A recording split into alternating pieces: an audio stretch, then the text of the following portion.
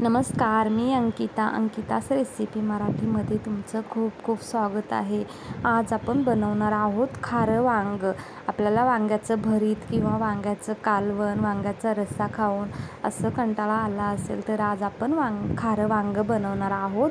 खूप अशी सोपी पद्धत आहे आणि अशी पारंपरिक पद्धतीने बनवणार आहोत. खायला पण असं खूप असे चविष्ट आणि पद्धत पण खूप सोपी आहे. सर्वांना पण एकदम परफेक्ट जमेल अशी. इथे मी 4 वांगे घेतले, तसे मध्यम आकाराचे, फ्रेश, ताजे. आता आपण त्यांना असं वांग्याचं खारं वांग बनवण्यासाठी कट करून घेणार आहोत. पूर्ण वांग असं कापून बघायचं की त्यामध्ये अशी अळई किंवा कीड लागलेली नसेल, नाहीतर अळईचंच वांग खाऊन घ्याल. इथे आता छान असे वांगे आपण कापून स्वच्छ पाण्याने धुवून घेऊयात. इथं खारं वांग बनवण्यासाठी भाजलेलं सुकं खोबरं, आलं, सफेद तीळ, जिरे, भाजलेले शेंगदाणे, मीठ, लसूण, हिरवी मिरची, कोथिंबीर. आता आपण हे सर्व मिक्सरला बारीक करून घेणार आहोत. जास्त बारीक नाही करायचे आपल्याला, असं जाडसरच ठेवायचे. पाणी न टाकता आपण वाटण करणार आहोत.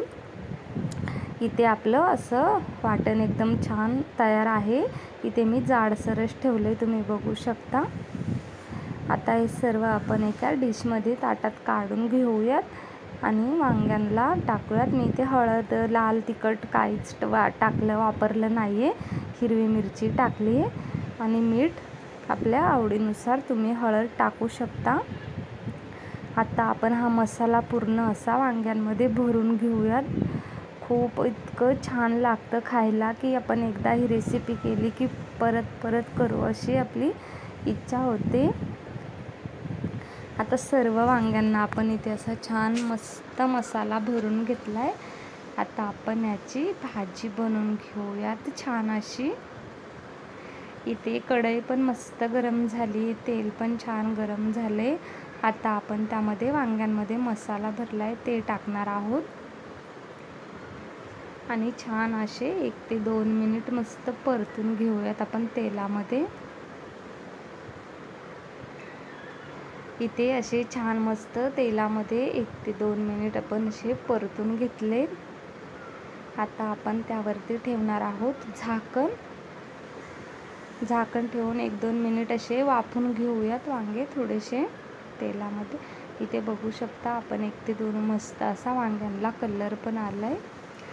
आता आपण त्यामध्ये टाकूयात थोडंसं पाणी, अर्धा ग्लास पाणी टाकायचे आणि मिक्स करून झाकण ठेवा. आता 4 ते 5 मिनिट आपण असे वाफेवरती मस्त वांगे शिजून घेऊयात झाकण ठेवून. मस्त असे इथे आपले 4 ते 5 मिनिट झालेत. आपले वांगे पण भाजी पण इतकी छान अशी तयार आहे, तुम्ही बघू शकता. कशी वाटली तुम्हाला रेसिपी नक्की कमेंट करून सांगा. आवडली असेल तर लाईक करा. चॅनलवरती नवीन असाल तर अशाच नवनवीन रेसिपी बघण्यासाठी चॅनलला सबस्क्राईब